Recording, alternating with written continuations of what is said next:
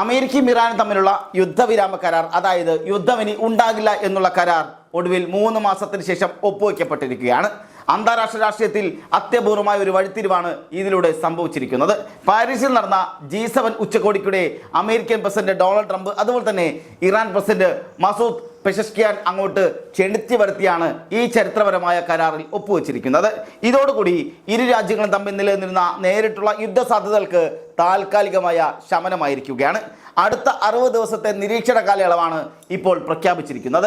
ഈ സമയത്തിനുള്ളിൽ ഇരു രാജ്യങ്ങൾ തമ്മിൽ ഒട്ടനവധി ഉഭയകക്ഷി ചർച്ചകൾ നടക്കുകയും അതിനുശേഷം നിലവിലുള്ള തർക്കങ്ങൾക്ക് സ്ഥിരമായ പരിഹാരം കാണുക എന്നുള്ളതും അന്തിമ കരാർ നിലവിൽ വരികയും ചെയ്യും. എന്നാൽ കരാർ ഒപ്പുവെച്ചതിന് ശേഷവും പശ്ചിമേഷ്യയിലെ സമാധാനം എത്രത്തോളം സുരക്ഷിതമാണെന്ന ചോദ്യം ബാക്കിയാവുകയാണ്. കാരണം കരാർ ഒപ്പിട്ടതിന് പിന്നാലെ കഴിഞ്ഞ ദിവസം, അതായത് ഇന്നലെ അർദ്ധരാത്രിയോടെ അമേരിക്കൻ പ്രസിഡന്റ് ഡൊണാൾഡ് ട്രംപ് പുറപ്പെടുവിച്ച ഒരു പ്രസ്താവന വലിയ രീതിയിലുള്ള ചർച്ചകൾക്ക് വഴിവെച്ചിട്ടുണ്ട്. ഏതെങ്കിലും തരത്തിൽ കരാർ വ്യവസ്ഥകളിൽ നിന്ന് പിന്മാറാനോ ലംഘിക്കാനോ ഇറാൻ ശ്രമിച്ചാൽ തങ്ങൾ വീണ്ടും ഇറാനെ കനത്ത രീതിയിൽ ആക്രമിക്കുമെന്നായിരുന്നു ട്രംപിന്റെ മുന്നറിയിപ്പ്. എന്നാൽ അമേരിക്കയുടെ ഈ ഭീഷണിക്ക് മുന്നിൽ ഇറാൻ ഒട്ടും പതറിയിട്ടില്ല.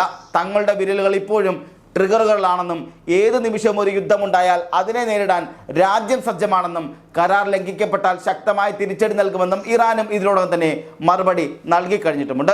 യഥാർത്ഥത്തിൽ ഈ യുദ്ധവിരാമ കരാറിനെ ആഴത്തിൽ വിശകലനം ചെയ്യുമ്പോൾ അമേരിക്കൻ പ്രസിഡന്റ് ഡൊണാൾഡ് ട്രംപിനും സഖ്യകക്ഷികൾക്കും ഏറ്റവും ഒരു വലിയൊരു നയതന്ത്രപരമായ പരാജയമായി ഉണ്ടായിരിക്കുന്നത് എന്നുള്ളതാണ് വ്യക്തമാകുന്നത്. അതായത് നമുക്കിവിടെ ഈ കരാർ പരിശോധിക്കുമ്പോൾ തന്നെ മനസ്സിലാകുന്നത് ട്രംപിനേറ്റ വലിയൊരു തിരിച്ചടി കൂടി തന്നെയാണത്. പഴയ വിയറ്റ്നാം യുദ്ധത്തിൽ അമേരിക്ക നേരിട്ട കനത്ത തിരിച്ചടിയെയും നാണക്കേടിനെയുമാണ് ഈ സംഭവം ഓർമ്മിപ്പിക്കുന്നത്. വിയറ്റ്നാം യുദ്ധത്തിന് ശേഷം അമേരിക്കയ്ക്ക് തങ്ങളുടെ സൈനിക ചരിത്രത്തിൽ ഇത്രയും വലിയൊരു നിരാശയും പിന്മാറ്റവും നേരിടേണ്ടി വന്നിട്ടുമില്ല. ആ ചരിത്രമാണ് ഇപ്പോൾ ഇറാൻ തിരുത്തി കുറിച്ചിരിക്കുന്നത്.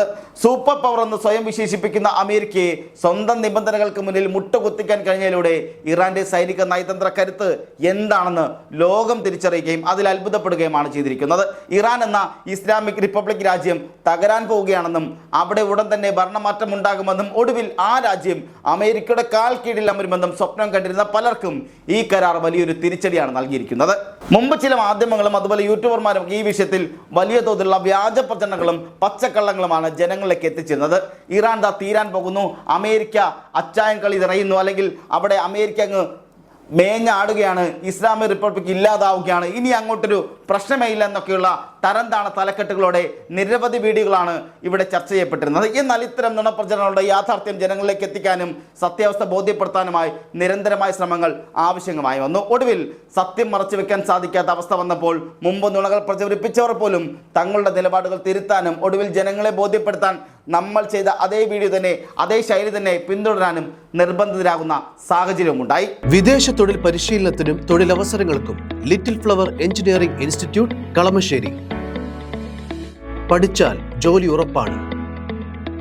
ഈ യുദ്ധത്തിന്റെ പശ്ചാത്തലം പരിശോധിച്ചാൽ അമേരിക്ക എന്തിനാണ് ഇത്തരമൊരു സംഘർഷത്തിലേക്ക് ചാടി വീഴുന്നതെന്നുള്ള ചോദ്യമാണ് ലോകമെമ്പാടും ഉയരുന്നത്. നമുക്കറിയാം, കഴിഞ്ഞ കുറേ കാലങ്ങളായി നമ്മൾ യുദ്ധവാർത്തകൾ ചെയ്യുന്നുണ്ട്. അതിൽ കമൻറ്റ് ബോക്സുകളിൽ വന്ന് ഞാൻ ഇറാൻ അനുകൂലിയാണെന്നും അല്ലെങ്കിൽ ഞാൻ അമേരിക്ക എതിർക്കുന്നതാണെന്നും ഞാൻ ഇസ്രായേലിനെതിരാണെന്നും ഒക്കെയുള്ള വലിയ തരത്തിലുള്ള പ്രചരണങ്ങളുണ്ടായി. അത് വലിയ പ്രശ്നങ്ങളിലേക്ക് പോകുന്ന സാഹചര്യമുണ്ടായി. അപ്പോഴെല്ലാം ഞാൻ പറഞ്ഞൊരു കാര്യം, ഞാൻ ആരുടെയും പിന്തുണയ്ക്കുന്നവരല്ല, പ്രത്യേകിച്ച് യുദ്ധത്തിൽ ഞാനൊരു പിന്തുണയും നൽകാറില്ല, ഞങ്ങൾക്ക് അങ്ങനൊരു പക്ഷവുമില്ല. പക്ഷേ എന്താണ് നടക്കുന്നത്, എന്താണ് അവിടെ സംഭവിക്കുന്നത് എന്നുള്ളത് സത്യസന്ധമായി പറയുക മാത്രമാണ് ചെയ്യുന്നത്. അതുമാത്രമാണ് ഞങ്ങൾ ചെയ്തിട്ടുള്ളതെന്ന് ഞാൻ പലതവണ വീഡിയോയിൽ തന്നെ പറഞ്ഞിട്ടുള്ളതാണ്. നാം ആലോചിക്കണം, ആദ്യമായി ഞാൻ യുദ്ധവാർത്ത ചെയ്യുന്ന ആ സമയം മുതൽ കമൻറ്റ് ബോക്സുകളിലൊക്കെ വലിയ തരത്തിലുള്ള അധിക്ഷേപങ്ങളാണ് ഉണ്ടായിട്ടുള്ളത്. അവരെല്ലാം പറഞ്ഞത് ഞാൻ ഇറാനെ അനുകൂലിക്കുന്ന വ്യക്തിയാണ്, ഇസ്രായേലിൽ അവിടെ ഒരു പ്രശ്നവുമില്ല, അമേരിക്കയ്ക്ക് ഒരു ബുദ്ധിമുട്ടുമില്ല, പിന്നെ നിങ്ങൾക്ക് മാത്രം എവിടെ നിന്നാണ് ഇത്തരത്തിലുള്ള വാർത്തകളൊക്കെ കിട്ടുന്നത്, ഇതെങ്ങനെയാണ് നിങ്ങൾ വ്യാജമായി പടച്ചുവിടുന്നത് എന്നുള്ള ചോദ്യങ്ങളൊക്കെ നിരന്തരമായി അഭിമുഖീകരിക്കേണ്ട സാഹചര്യം ഉണ്ടായിട്ടുണ്ട്. അപ്പോഴെല്ലാം ഞാൻ പറഞ്ഞത്, ഞാനൊരു തവണ പോലും വ്യാജ വാർത്ത ചെയ്യുന്നില്ല, പകരം കൃത്യമായ സോഴ്സിലൂടെ മറ്റ് ദേശീയ അന്തർദേശീയ മാധ്യമങ്ങളിൽ വരുന്ന വാർത്തകൾ തന്നെയാണ് ഞങ്ങളും എടുക്കുന്നത്. ആ വാർത്തകൾ തന്നെയാണ് ഞങ്ങൾ സത്യസന്ധമായി നിങ്ങൾക്ക് മുന്നിലേക്ക് എത്തിക്കുന്നത് എന്നുള്ളതാണ്. ഞങ്ങൾക്കൊരു പക്ഷവുമില്ല. പക്ഷേ പറയേണ്ടത് കൃത്യമായി തന്നെ പറഞ്ഞു പോകുക തന്നെ ചെയ്യും. അവിടെ എന്താണ് നടന്നത് അത് തന്നെയാണ് നാളിതുവരെ ഇപ്പോൾ ഈ യുദ്ധവാർത്ത ചെയ്യുന്ന അടക്കമുള്ള കാര്യങ്ങളിൽ ഞാനും നമ്മളും പറഞ്ഞിട്ടുള്ളത്. അതുകൊണ്ട് തന്നെ ആ ഒരു ധൈര്യത്തോടെ തന്നെയാണ്, അല്ലെങ്കിൽ ആ ഒരു ആത്മാർത്ഥ അഭിമാനത്തോടെ തന്നെയാണ് ഞാൻ ഇപ്പോഴും പറയുന്നത്, അവിടെ ഇറാനും ഇസ്രായേലും അമേരിക്കയും തമ്മിലുള്ള യുദ്ധത്തിൽ ഇറാൻ തന്നെയാണ് എപ്പോഴും വിജയിച്ചു കയറിയിട്ടുള്ളത്. അവർക്ക് അവിടെ നേതാക്കന്മാർ നഷ്ടപ്പെട്ടിട്ടുണ്ടായിരിക്കാം. എന്നാൽ അവർക്ക് മുന്നിൽ, അതായത് ഒരു ചെറിയ രാജ്യത്തിന് മുന്നിൽ അമേരിക്കയ്ക്കും ഇസ്രായേലിനും പിടിച്ചു നിൽക്കാൻ പറ്റാത്ത സാഹചര്യം ഉണ്ടായിട്ടുണ്ടെങ്കിൽ ആ വിജയം അത് ഇറാന് മാത്രം സ്വന്തമായുള്ളതാണ്. ഈ യുദ്ധത്തിൻ്റെ പശ്ചാത്തലം പരിശോധിച്ചാൽ തന്നെ അമേരിക്ക എന്തിനാണ് ഇത്തരമൊരു സംഘർഷത്തിലേക്ക് ചാടി വീണതെന്നുള്ള ചോദ്യം ലോകമെമ്പാടും ഉയർന്നിരുന്നു. കാരണം ഈ യുദ്ധം ആരംഭിക്കുന്നതിന് തൊട്ട് മുമ്പ് പശ്ചിമേഷ്യയിൽ വലിയ രീതിയിലുള്ള പ്രശ്നങ്ങളോ തടസ്സങ്ങളോ ഒന്നും ഉണ്ടായിരുന്നില്ല. അറബ് രാജ്യങ്ങൾ തങ്ങളുടെ വ്യാപാര സാമ്പത്തിക വളർച്ചയുമായി മുന്നോട്ട് പോവുകയുമായിരുന്നു. ഇറാൻ അവരുടെ ആഭ്യന്തര കാര്യങ്ങളിൽ ശ്രദ്ധയും കേന്ദ്രീകരിച്ചു. ഗസയിൽ വെടിനിർത്തൽ പ്രഖ്യാപിച്ചതിന് ശേഷം ഇസ്രായേലും വലിയ തോതിലുള്ള ആക്രമണങ്ങൾക്ക് മുതിർന്നതുമില്ല. ചുരുക്കത്തിൽ മേഖലയിൽ പൊതുവെ ഒരു സമാധാന അന്തരീക്ഷം നിലനിന്ന സമയത്താണ് പൊടുന്നനെ ഇസ്രായേലിൻ്റെ വാക്ക് കേട്ട് ട്രംപ് ഇറാനെതിരെ യുദ്ധപ്രഖ്യാപനവുമായി രംഗത്ത് വരുന്നത്. എന്നാൽ യുദ്ധം തുടങ്ങി ആദ്യഘട്ടങ്ങളിൽ തന്നെ കാര്യങ്ങൾ തങ്ങളുടെ കൈവിട്ടു പോകുന്നതായി ട്രംപിന് ബോധ്യപ്പെടുകയും ചെയ്തു. അതിനുശേഷം യുദ്ധം അവസാനിപ്പിക്കാനും വെടിനിർത്തലുമായി അമേരിക്ക പലതവണ പല വിധത്തിലുള്ള നയതന്ത്ര ശ്രമങ്ങളും നടത്തിയെങ്കിലും അവയൊന്നും ലക്ഷ്യത്തിലെത്തിക്കാൻ ട്രംപിന് സാധിച്ചുമില്ല. ഒടുവിൽ ഇറാൻ മുന്നോട്ട് വെച്ച കടുത്ത നിബന്ധനകളെല്ലാം അക്ഷരം പ്രതി അനുസരിച്ചുകൊണ്ടാണ് അവർ തയ്യാറാക്കിയ 14 പ്രധാന നിർദ്ദേശങ്ങൾ ഉൾപ്പെടുത്തിക്കൊണ്ടുള്ള ഒരു വെടിനിർത്തൽ കരാറിൽ ഒപ്പുവെച്ച് തടിയൂരുകല്ലാതെ അമേരിക്കയ്ക്ക് മുന്നിൽ തന്നെ മറ്റൊരു വഴികളുമില്ലായിരുന്നു. അങ്ങനെ ഒപ്പുവെക്കുന്ന ആ ദൃശ്യങ്ങൾ നമുക്ക് കണ്ടുവരാം.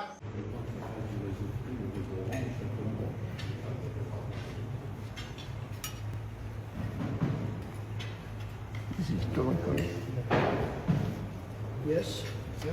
Bravo!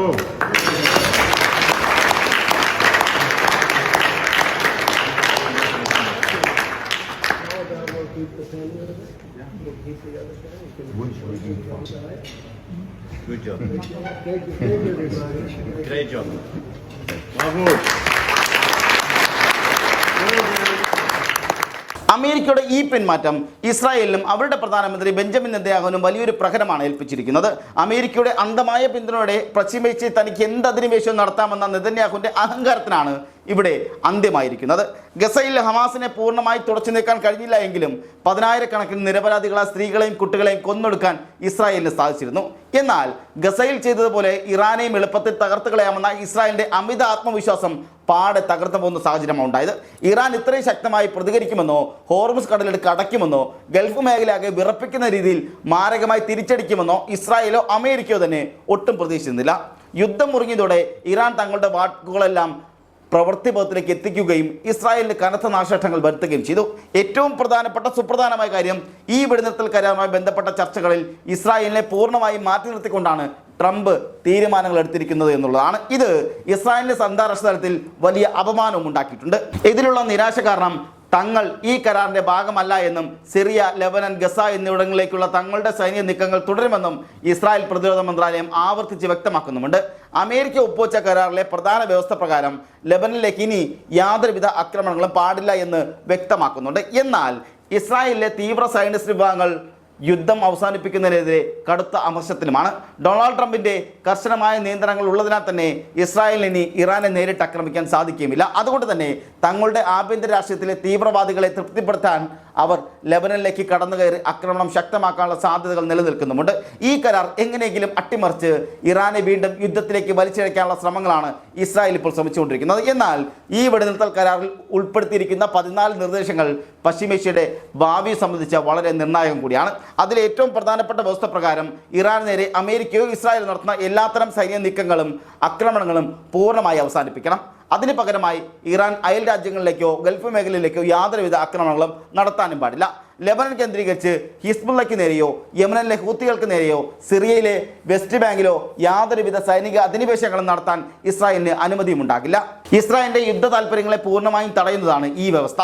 യുദ്ധം അവസാനിച്ചാൽ ഇസ്രായേലിൽ പൊതുതെരഞ്ഞെടുപ്പ് നടക്കും, അതായത് പൊതുവായുള്ള തെരഞ്ഞെടുപ്പ് നടക്കുമെന്നും അത് നെതന്യാഹുവിൻ്റെ രാഷ്ട്രീയ പതനത്തിനും ജയിൽവാസത്തിനും കാരണമായേക്കുമെന്നും ഇസ്രായേലിന് ആശങ്ക കൂട്ടുന്നുമുണ്ട്. മറ്റൊരു പ്രധാന നിർദ്ദേശം, ഇരു രാജ്യങ്ങളും പരസ്പരം പരമാധികാരത്തിൽ ഇടപെടാൻ പാടില്ല എന്നുള്ളതാണ്. ഇറാന്റെ ആഭ്യന്തര കാര്യങ്ങളിലോ അവരുടെ മതപരമായ നിയമങ്ങളിലോ ഇസ്ലാമിക് റിപ്പബ്ലിക്കിൻ്റെ നയങ്ങളിലോ ഇടപെടാൻ അമേരിക്കയ്ക്ക് യാതൊരുവിധ അവകാശവും ഉണ്ടാകില്ല. ഒപ്പം അമേരിക്ക ഇറാനുമേൽ ചുമത്തിയിരുന്ന സാമ്പത്തിക വാണിജ്യ ഉപരോധങ്ങൾ അടിയന്തരമായി പിൻവലിക്കണം.